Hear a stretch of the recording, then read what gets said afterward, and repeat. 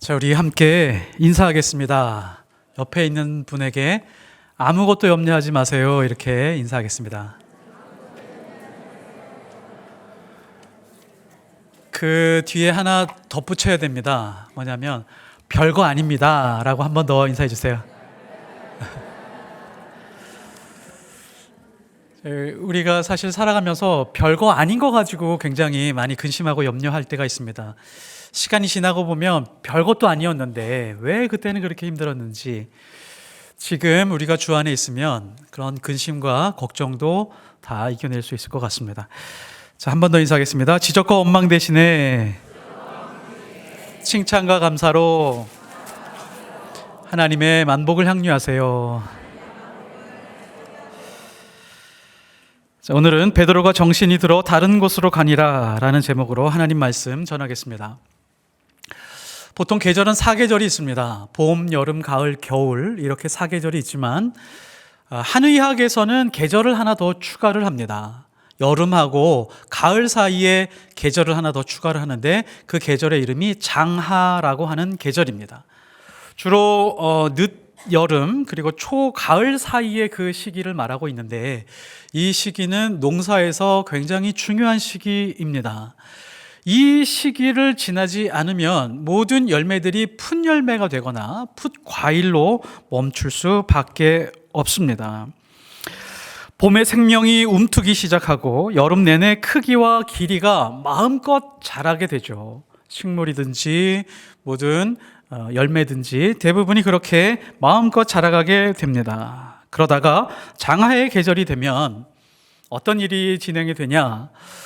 이제 속으로 무르익게 됩니다. 크기와 모양은 그대로이지만 속으로 열매가 무르익게 되고 질적으로 완전히 변화되는 시기, 이 시기가 바로 장하입니다.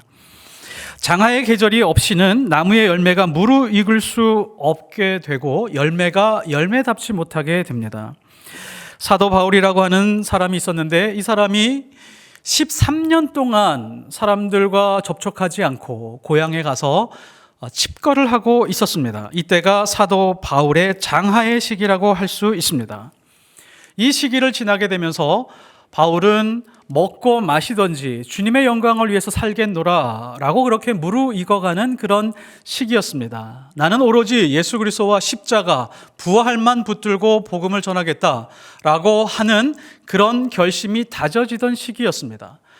사도 바울에게도 장하의 시기가 있었지만 사도 베드로에게도 장하의 시기가 있었습니다. 그 시기가 바로 사도행전 12장에 나오는 이 감옥에 갇혀 있었던 그 시기입니다.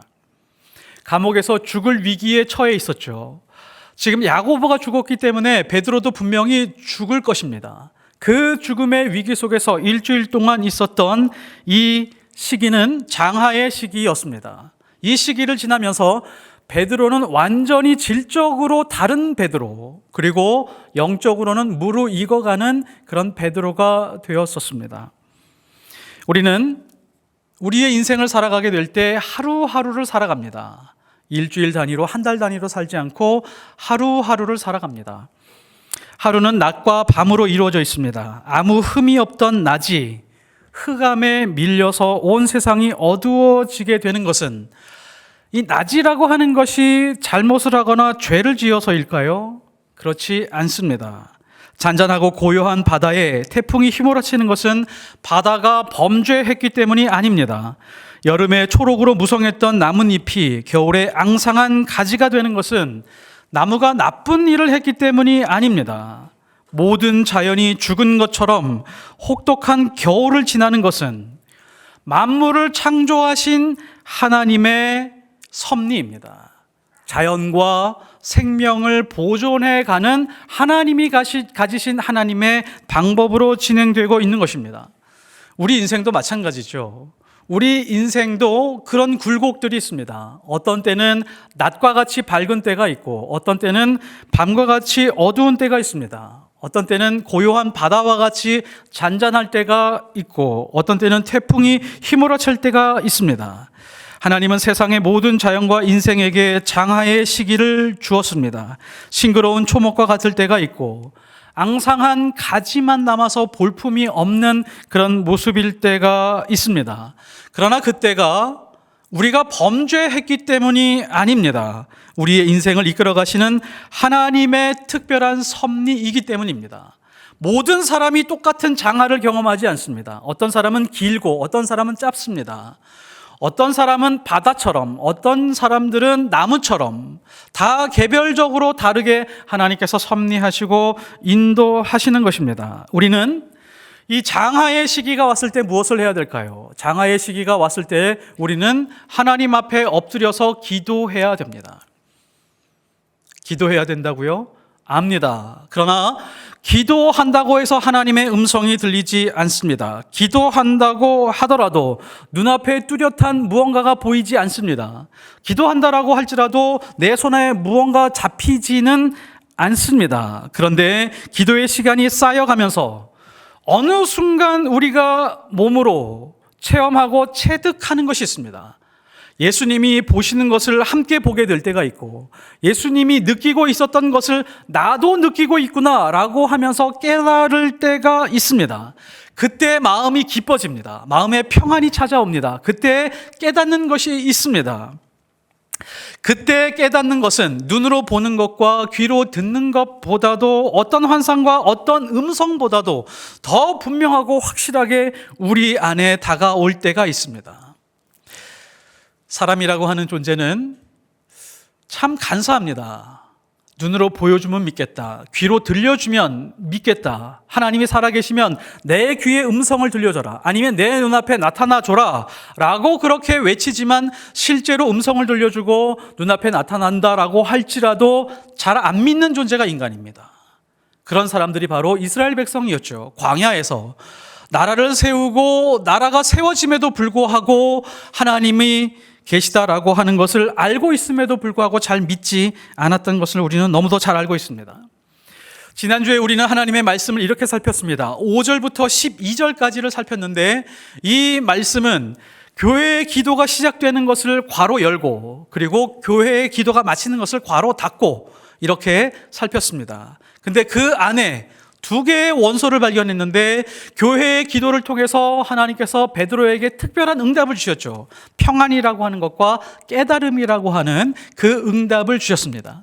오늘 말씀은 11절부터 17절까지를 보게 되는데, 베드로가 그 평안을 경험하고, 세상이 줄 수 없는 그 평안을 경험하고 깨달음을 얻게 된 다음에 인생의 방향이 송두리째 바뀌어서 어떻게 살아가는지에 대해서 우리에게 밝혀주고 있습니다.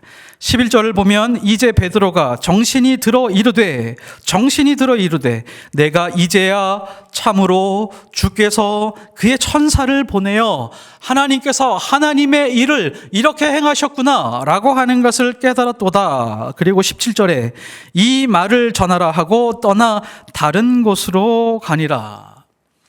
성경에서 깨닫다라고 하는 단어 시네이돈이라고 말씀드렸습니다. 시네이돈이라고 하는 것은 함께 보다.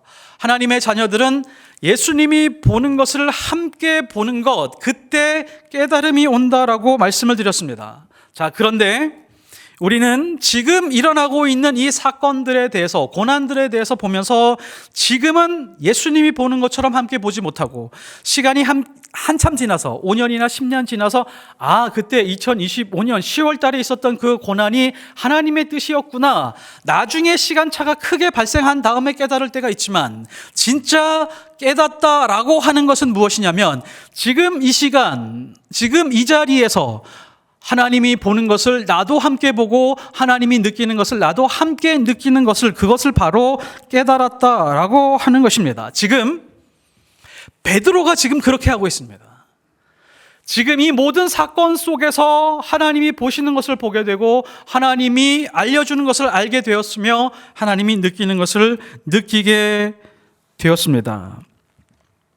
베드로의 행동이 굉장히 이상합니다. 이것을 보고 듣고 느끼고 난 다음에, 깨달은 다음에 베드로의 행동이 좀 이상해졌습니다. 베드로는 굉장히 다혈질이죠. 흥분을 잘합니다. 좋은 일이 있건 혹은 나쁜 일이 있건 흥분을 잘하는 사람인데, 이상하게 이 감옥에 나온 다음에 굉장히 담담해졌습니다.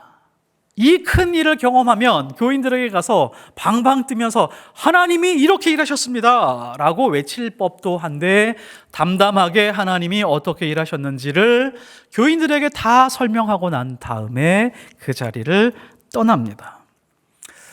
이 떠나는 장면이 굉장히 특이한데, 하나님에게 무슨 음성을 들었거나 어떤 환상으로 어디로 가라, 어느 지역을 보여준 것도 아닌데 떠나게 됩니다. 이 떠나는 장면을 잘 보면 마치 하나님이 떠나라고 음성을 들려주신 것처럼, 혹은 하나님이 어느 지역으로 가라 환상을 보여준 것처럼 유유히 표표히 그 자리를 떠나가고 있는 것을 알 수 있습니다. 이것이 오늘 말씀에서 굉장히 중요한 부분입니다. 아합 왕이 다스리던 북이스라엘, 그때의 3년 반 동안 가뭄이 극심하게 들었습니다. 비가 오지 않았습니다. 그때 엘리야가 기도하면서 비가 내리는 장면이 나옵니다. 하늘에 구름 한 점이 없는데 엘리야가 말하는 이 말씀을 한번 들어보고 어느 부분이 이상한지 한번 살펴보십시오. 열왕기상 18장 41절에 보면 엘리야가 아합에게 이르되 올라가서 먹고 마시소서, 큰 빗소리가 있나이다. 하늘에는 구름이 없습니다. 구름이 없는 상태에서 빗소리가 있다라고 엘리야가 말하고 있습니다. 여기서 소리라고 하는, 소리에 해당하는 히브리어는 콜이라고 하는 단어인데요, 이 콜이라고 하는 단어는 두 가지 의미의 단어로 풀 수 있습니다. 하나는 사운드이고 하나는 보이스입니다. 사운드라고 하는 것은 사물이 소리를 내는 것을 사운드라고 말하죠. 근데 보이스라고 말하는 것은 인격체가 말하고 있는 그 말을 보이스라고 주로 말을 합니다. 자, 그러면 엘리야가 지금 듣고 있는 것은 사운드였을까요? 보이스였을까요? 하늘에 구름 한 점 없는 그 상황에서 큰 빗소리가 있나이다, 올라가서 먹고 마시소서라고 하는 이 말은 엘리야가 가지고 있는 굉장히 큰 믿음을 보여주고 있는 것입니다. 큰 빗소리에 대해서 사운드가 아니라 보이스로 해석하고 있는 것입니다. 엘리야는 눈에 보이지 않고 귀에 들리지 않는데 큰 비가 있으리라고 하는 하나님의 음성을 들려주신 것도 아닌데 그것을 보이스로 듣고 있는 것입니다. 하나님의 말씀이 사운드로 들리시나요? 아니면 보이스로 들리시나요? 하나님의 말씀을 사운드로 듣는 사람이 있고 보이스로 듣는 사람이 있습니다. 하나님의 말씀을 사운드로 듣는 사람들은 사물이 내는 소리들을 듣는 것과 별반 다르지 않습니다. 그곳에는 믿음이 생길 수 없고 하나님과 인격적인 만남이 이루어질 수 없습니다. 하지만 하나님의 말씀을 보이스로 듣게 된다면 그때부터 하나님의 음성이 무엇인지를 우리는 알 수 있습니다. 또한 엘리야처럼 어떤 사건 속에 들어가 있는데 그 사건 속에서 하나님이 보이스로 들려주시는 것처럼 깨닫게 되는 때가 있습니다. 지금 베드로가 그렇습니다. 베드로가 감옥에서 나오는 그 사건 처음부터 끝까지를 살펴보면서 하나님의 보이스를 들은 것입니다. 어떤 하나님의 보이스를 들은 것일까요? 두 가지입니다. 첫 번째는 하나님이 무엇을 원하지 않는가를 들었습니다. 두 번째는 하나님이 정말 무엇을 원하시는가를 동시에 깨닫고 듣게 되었습니다. 이 두 가지를 한번 살펴보겠습니다. 첫 번째, 베드로는 이 감옥에서 나오는 사건을 통해서 하나님이 아직 세상의 권세를 깨트리고 세상을 심판할 의도가 없다는 것을 듣게 되었습니다. 만일 세상의 권세를 무너뜨리려고 했으면 하나님은 12군단의 천사를 보내서 로마와 헤롯 왕에 있는 모든 그 통치 체제를 심판했을 것입니다. 그러나 그 통치 체제는 그대로 둔 채로 감옥에서 베드로만 쏙 빼내왔습니다. 이것이 의미하는 바가 그겁니다. 베드로가 느끼는 바가 이겁니다. 우리는 하나님의 나라라고 생각을 하면 하나님의 나라가 이 세상에 임하게 되면 하나님의 나라를 통해서 세상에 있는 제도, 악한 모든 사람들을 제거하고 새로운 나라를 건설하리라 라고 생각을 하지만 그렇지 않다는 것이죠. 하나님은 교회를 통해서 세상의 질서를 무너뜨릴 마음이 없으시고 하나님은 교회를 통해서 세상의 질서를 무너뜨리지 않고 다른 일을 더 먼저 우선시하겠다라고 하는 것이 베드로가 깨달은 것이고 교회에게 주시는 메시지입니다. 물론 세상의 질서가 악해지고 통치가 더 간악해질 수 있지만 그런 통치 때문에 그리스도인과 교회가 해야 될 사명, 그리스도인의 운명에 대해서는 아무런 지장을 받지 않게 하겠다라고 하는 것이 베드로가 깨달은 것이고 우리가 깨달아야 되는 것입니다. 베드로는 죽을 수 있었지만 아직 사명이 남아 있었기 때문에 죽을 수 없었습니다.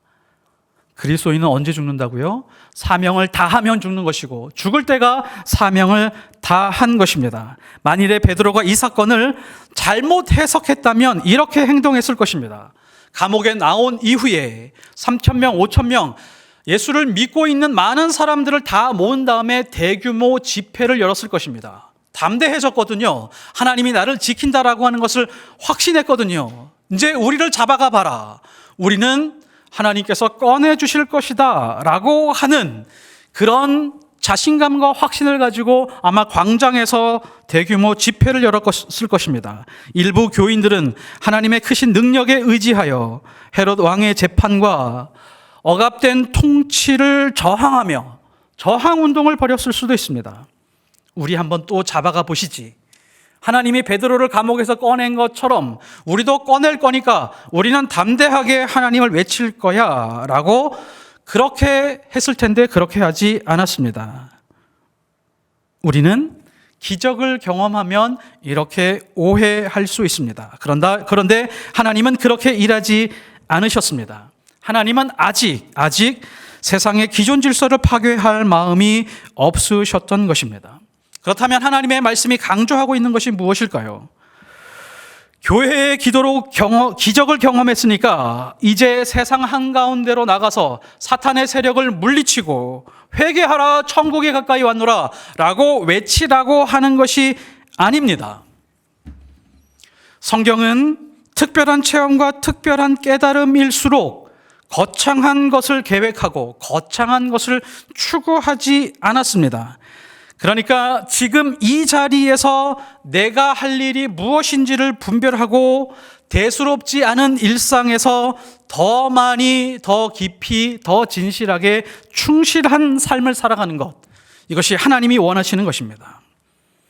하나님의 음성을 듣는 그리스도인들은 내가 나중에 성공해서 무언가를 완성해서 나중에 저 자리에 가서 하나님의 영광을 드러내리라 라고 결심하는 것이 아니라 지금까지 나에게 주어진 것, 이것으로만으로도 충분하다. 은혜와 은사와 능력과 지금 가지고 있는 모든 것을 활용하여 내가 지금 이 자리에 살게 하는 것이 하나님의 뜻인 줄 알고 일상적인 그 자리에서 고민하는 사람들입니다. 무엇을 고민할까요? 지금 이 자리에 예수님이 계시다면 예수님은 어떤 일을 하실까를 생각하면서 내가 그 일을 찾아가는 것, 이것이 하나님의 음성을 들은 사람들이 살아가는 방식이고 사명을 감당하는 은혜입니다. 두 번째, 베드로는 이 사건을 통해서 하나님이 자신에게 무엇을 정말로 원하시는지를 분명하게 깨닫게 되었습니다. 그래서 그 자리를 떠나 다른 곳으로 갔습니다. 베드로는 그러면 어디로 갔을까요?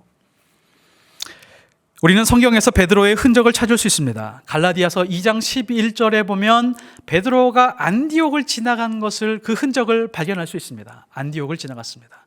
안디옥에서 교회가 생겼으니까 그 주변에 있는 예수 믿지 않은 사람들, 이방인들에게 복음을 증거하기 위해서 그 지역을 방문했을 것입니다. 고린도전서 1장 12절에 보면 고린도에도 갔습니다. 바울파, 아볼로파, 게바파 이렇게 나오는 것을 보면 고린도 지역에 가서 그 음란하고 타락한 지역에 가서 복음을 증거하기 위해서 온 힘을 다 기울였을 것입니다. 그리고 베드로전서 1장 1절을 기록하게 되죠. 예수 그리스도의 사도 베드로는 본도, 갈라디아, 갑바도기아, 아시아와 비두니아에 흩어진 나그네 택하심을 받은 자들에게 편지하노라. 그러니까 거기에 나열된 모든 지역을 베드로가 다녀왔었던 것입니다. 그리고 베드로는 그리스도인들이 어떤 존재인지에 대해서 정의를 내려줍니다. 택하심을 받은 나그네. 온 땅으로 흩어져 살고 있지만 그리스도인들은 택하심을 받은 나그네로 사는 사람들입니다 라고 그렇게 아주 명확하고 감동적인 정의를 내려줍니다. 그리고 베드로전서 2장에서 이렇게 말합니다. 그러나 2장 9절, 그러나 너희는 택하신 족속이요 왕같은 제사장들이요 거룩한 나라요 그의 소유가 된 백성이니, 그 뒤에 있는 말씀이 더 중요합니다. 이는 너희를 어두운 데서 불러내어 그의 기이한 빛에 들어가게 하신 이의 아름다운 덕을 선포하게 하려 하심이라. 이 뒤에 있는 말씀을 보면 사도행전에서 베드로가 갇혔다가 나오는 그 사건이 베드로의 말씀에 깊이 투영되어 있다는 것을 알 수 있습니다. 여기 보면 어두운 데서 불러내어 그의 기이한 빛에 들어가게 하셨다. 자기 얘기죠. 죽음의 자리, 흑암의 자리, 어둠의 자리에서 천사를 보내서 끄집어내서 하나님이 나를 다른 곳으로 옮기게 했는데, 그 옮긴 것의 목적이 무엇이냐면 아름다운 덕을 선포하게 하기 위한 하나님의 뜻이었다라고 우리에게 알려주고 있습니다. 그러니까 미래의 어느 날 높은 자리에 올라가겠습니다. 많은 사람들에게 칭송을 받겠습니다. 그리고 이름이 좀 알려진 다음에 복음의 진리를 선포하는 사람 되겠습니다 라고 하는 것은 성경적이지 않습니다.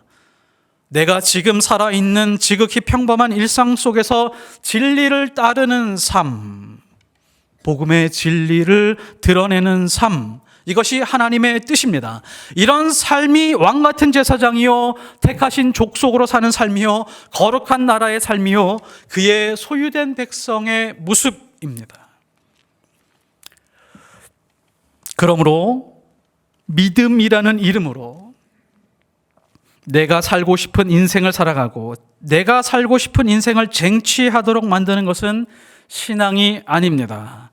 하나님이 나를 얼마나 사랑하는지를 확인해야 되고, 하나님이 나에게 다른 사람보다 더 많은 은혜를 베풀어 주셨다라고 하는 것을 간증해야 되고, 나를 다른 사람보다 얼마나 많이 나에게 복을 주셨는지를 확인하는 것, 그것은 신앙이 아닙니다.